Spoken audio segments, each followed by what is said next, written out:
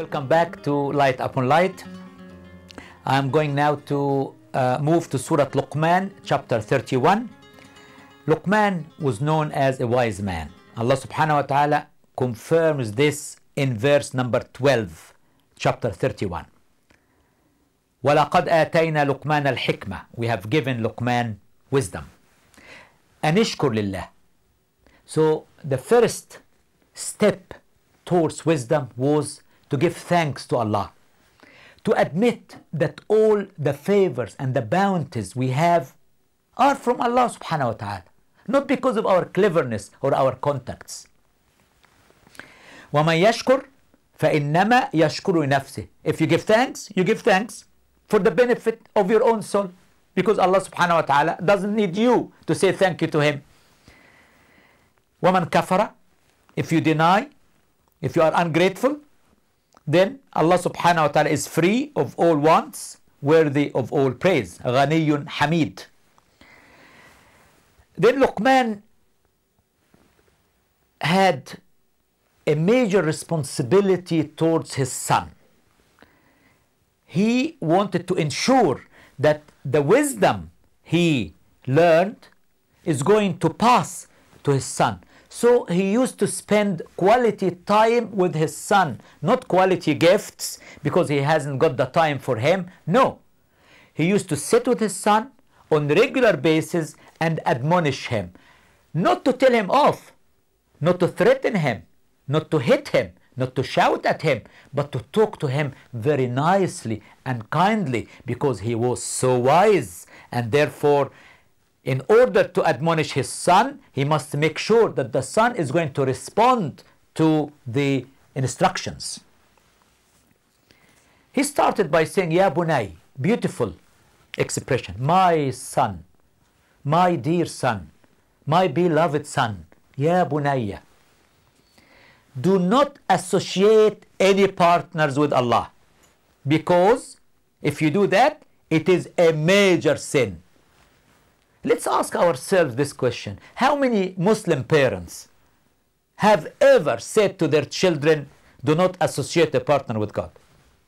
We assume because we are Muslims, our children are Muslims, then it doesn't come into the formula. It doesn't bother us, this instruction. But believe me, Luqman was so wise to know that if his son would have gone to university at the age of 18, and he will start to be under the influence of other students and the media and the internet, he will come back to his father and he will say, Father, I have decided to become a Buddhist. Why, son? Why? Oh, I like it very much. I went to university and these people convinced me to be a Buddhist, not a Muslim. So Luqman was aware that this could have happened to his son. So he started by saying, my dear son, do not associate any partners with Allah in any form. It's a major sin. Then the next verse comes from Allah, saying that you have to be kind to your parents. Maybe Luqman said it to his son as well. But Allah is reinforcing what Luqman might have said to his son. Be nice to your parents. Be nice to your mother. She carried you, pain upon pain. And then she delivered you, and she breastfed you. Even if your parents are non-Muslims, you must keep their good company. The only time you would say no to them, if they strive to make you join someone with Allah subhanahu wa ta'ala. Then you would say, sorry, I'm a believer. I'm sorry. I will ask Allah subhanahu wa ta'ala to show you the way, but please do not force me to do something which I'm not going to do. Then the father continued the advice to his son. My dear son, if there be but the weight of a mustard seed hidden in a rock or anywhere in the heavens or the earth, Allah subhanahu wa ta'ala will bring it forth, because Allah knows everything. Maybe the son asked him a question.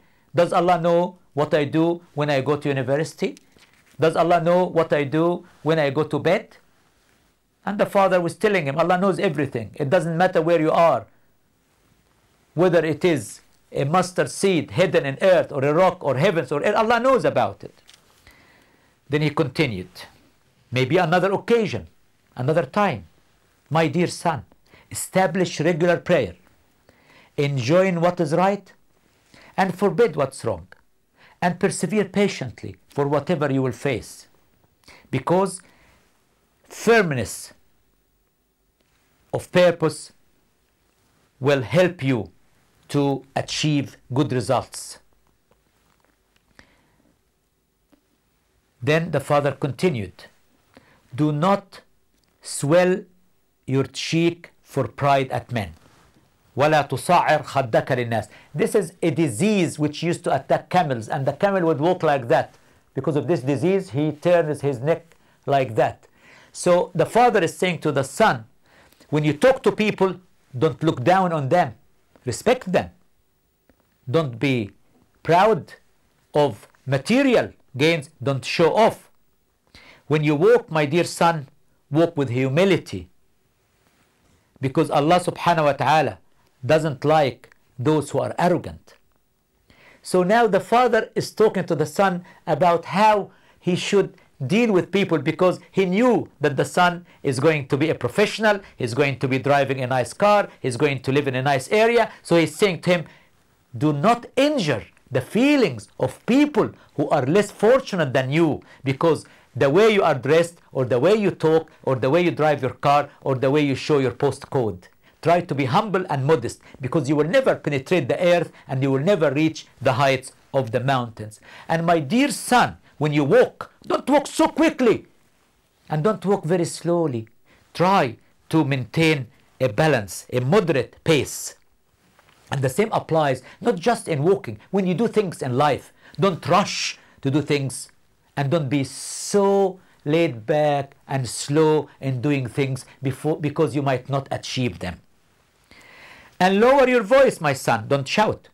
Don't talk loudly. Talk gently and quietly in a way that people can hear you. You don't have to shout. We are not deaf. And the father gave the son an interesting explanation. He said, my dear son, you know what is the harshest of sounds without doubt? The braying of the donkey. I'm sure we all heard the donkey. And we know when the donkey is making this sound, it is so awful. So the father is saying, please son, when you switch on your hi-fi in your room upstairs, don't make it so loud so the floor is vibrating.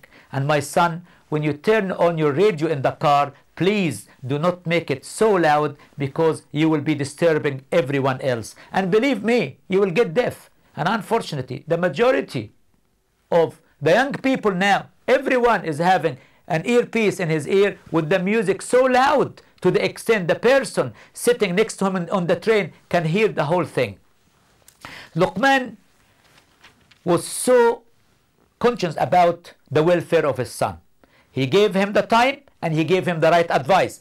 And he was available for his son. So if the son needed anything, he will come back and say, Father, what did you mean by enjoying what is right and forbid what's wrong? I went to university and I saw these people doing so many evils.